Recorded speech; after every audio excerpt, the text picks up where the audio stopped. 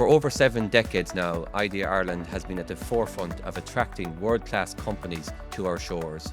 Today, we recognise Microsoft for its extraordinary contribution over the past 40 years. Ireland's digital economy would not be what it is today without Microsoft. This is really a special day for Microsoft. It's a special day for me personally. It is a great moment for us just to reflect on the history we've had together, a company and a country, and what that says about the future we can strive to create together.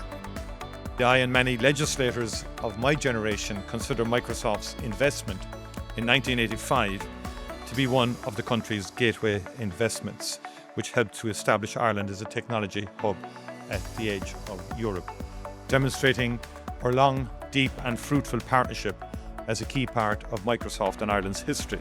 We're very proud to receive the IDA Special Recognition Award as we celebrate 40 incredible years in Ireland.